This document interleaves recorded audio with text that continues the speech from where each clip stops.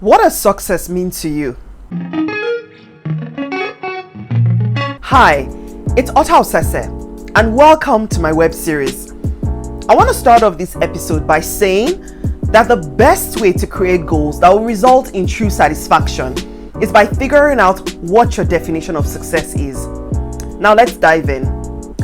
The first step is to define who you want to be. This will give you a visual representation of what it is you're trying to achieve, and will also serve as a great source of inspiration when you're reaching for your goals. So ask and answer the question, who do I want to be? Ultimately, the purpose of your life is to become your true self. But before you can go forward with who you want to be, you have to determine where you are first. Where are you currently? And in what areas do you need to grow to become who you want to be? There's no such thing as self-made. So try bringing in a friend or someone very close to you to serve as a true and objective sounding board and help you figure this out. Look, if you don't define success, the world will define it for you. Here's something that you need to get. Your definition does not have to be perfect. It's not about perfection. It's about having clarity on the life and work you want to have, the things you want to do, the opportunities you want to explore, the time you want to use more productively, the peace you want to experience, and so on. It's about loving life more, doing what you love to do, being somebody that you can be proud of, doing things for others, and actually spending more time creating things, giving and sharing with your loved ones, and just being content and joyful with every day of your life. There are many crucial inner changes that will happen in your life when you honestly answer the question of who do I want to be? Our true worth and measure of success comes from who we are as human beings. The second step is to get rid of your limiting beliefs. I struggled with two major limiting beliefs earlier this year. I'm sure when you hear mine, you feel a little better about your own.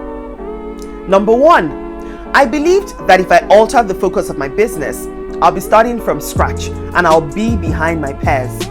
And number two, I believed that if I share personal information on my blog and my YouTube videos, I'll come off as unprofessional and people would judge me. I'm sharing these thoughts publicly so that you know it's normal to have limiting beliefs. Those two negative beliefs held me back for a while. However, when I was ready to define success for myself, I had to get rid of them. To get rid of your limiting beliefs, you have to find out where they came from. You attract what you are, not what you want. Social media, for example, is one major highlight reel where everyone is posting their best moments and leaving out the fact that life is not always perfect. In the world we live in today, everyone is used to projecting the impression of having it all together. And most of the time, people are celebrated for doing that. As such, having or expressing insecurities and other related negative emotions may be seen as a sign of weakness. It's very important to analyze why you think a certain way and what exactly has shaped your limiting beliefs.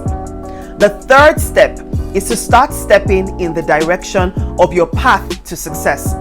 You don't need to figure out a specific definition of success before you start. The only way you can become successful at anything is when you set your mind to it and take action.